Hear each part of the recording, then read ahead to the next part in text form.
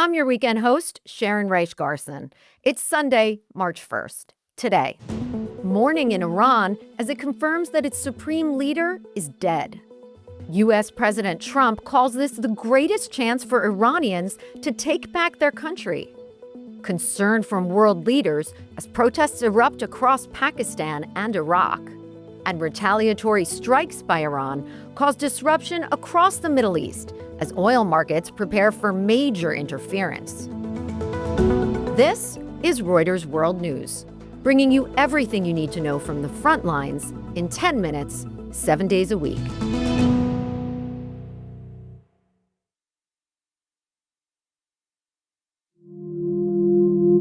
روح بلند و ملکوتی کوه نستوه ولایت. A tearful presenter on Iranian state media announcing the death of Iran's supreme leader, Ayatollah Ali Khamenei. He was killed in airstrikes by Israel and the U.S. that pulverized his central Tehran compound on Saturday. There have been further strikes across the country on Sunday as the concern of a wider conflict grows. The U.S. has confirmed its first casualties. At least 3 service members were killed, and at least 5 have been seriously wounded. Edmund Blair's our Middle East editor and says more details have now emerged about the timing of the attack. What we understand from sources is that there was a meeting which involved the supreme leader and a couple of senior advisors.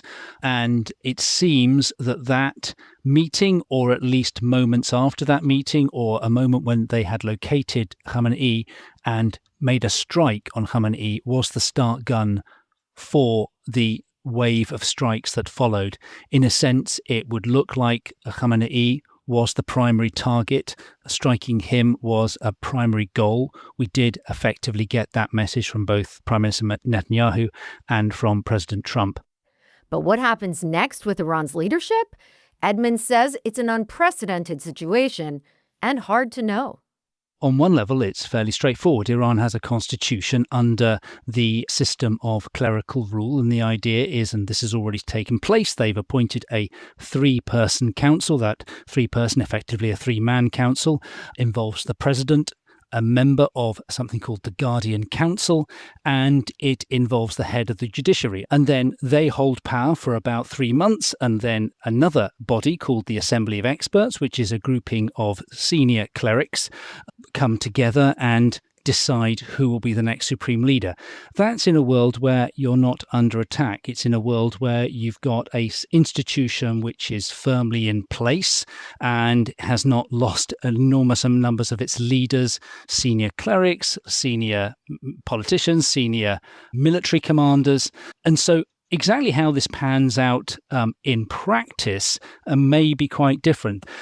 Several figures are still around. So we have the head of the Supreme National Security Council, Ali Larijani. He's acting as something of a power broker. There are other people around who we have seen involved in the negotiations, such as the Foreign Minister Araghchi. But the question is who is the major decision maker now? That's what is less clear. 40 days of national mourning have been declared in Iran. There have been emotional scenes on the streets of Tehran, but there have also been celebrations, with videos showing joy and defiance elsewhere, including the toppling of a statue of the Ayatollah. The U.S. and Israeli military action have seen protests erupt across the wider region, too. At least 9 people are dead in Pakistan after crowds breached the outer wall of the U.S. consulate in Karachi. And in the north of the country, protesters torched a United Nations office. While in Baghdad, security forces fired tear gas and stun grenades to push back demonstrators near the green zone. Experts have warned how this latest action in Iran could ignite a wider regional war. Israel says it launched a broad wave of strikes in central Tehran on Sunday and wants to dominate the skies over the capital.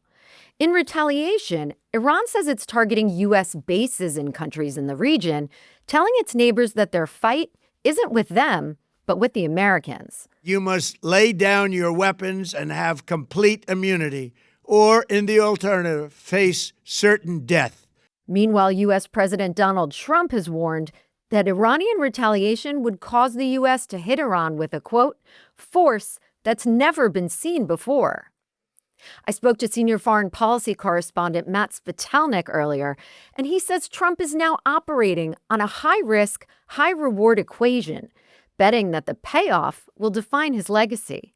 What we've seen is this sort of growing appetite for military action, for use of raw American force. We've seen vacillating reasons for doing it, although now he's speaking of regime change as being a big factor. His idea is to incite mass protests again in Iran that could then topple the rulers. Analysts say this is not a very effective method that he's kind of ginning up. And they see, in fact, that air power alone, which is what the U.S. is using, minus any kind of commitment of troops, is not enough and has not historically been enough to unseat rulers in countries of this sort. The action in Iran follows the recent talks on the country's nuclear program. Our national security correspondent Phil Stewart says that might not have been the focus of this weekend's initial attacks, but Iran's military capability is. Right now, the U.S. military is very focused on achieving stated objectives, which include destroying Iran's ability to attack it. They're going after their ability to launch the missiles they have, as well as going after the stockpiles and the industry to create them. The president said that the United States was going to destroy Iran's navy. That, from a tactical perspective, makes a lot of sense, but it's also not an easy thing to do.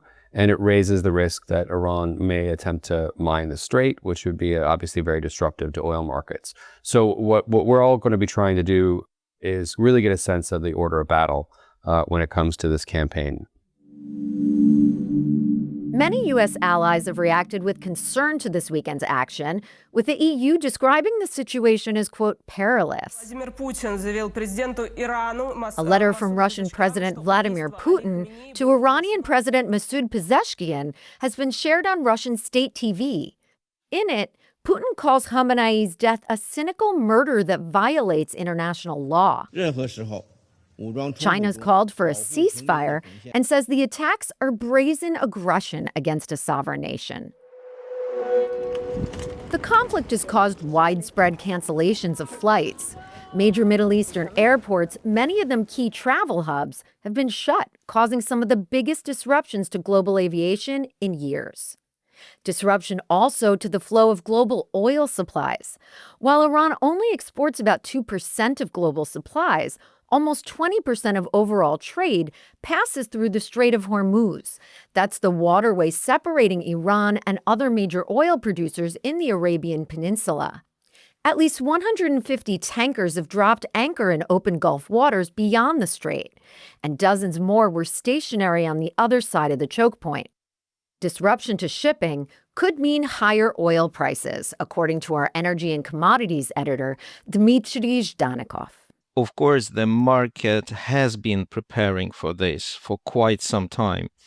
And the first thing big oil companies and big oil traders did, they put on hold all shipments through the Strait of Hormuz. Sources are telling us most shippers are sitting put. They don't want to expose their ship to a possible retaliation from Iran. So a lot of things are on hold.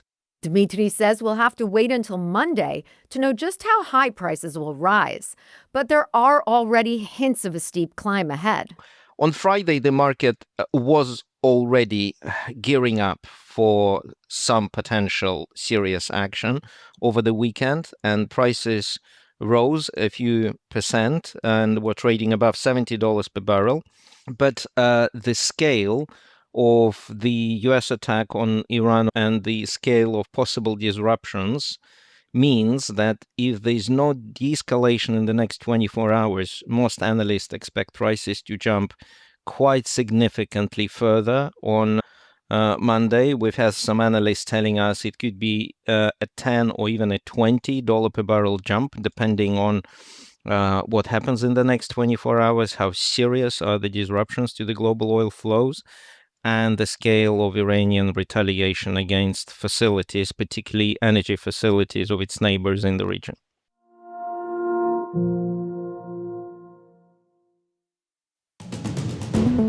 To keep up to date with all the latest developments in Iran, head to Reuters.com. A link to our live pages in the pod description, as well as a map showing where the United States and Israel have launched strikes.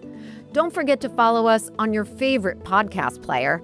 And if you're listening on a smart speaker, just ask for the latest news from Reuters 7 days a week.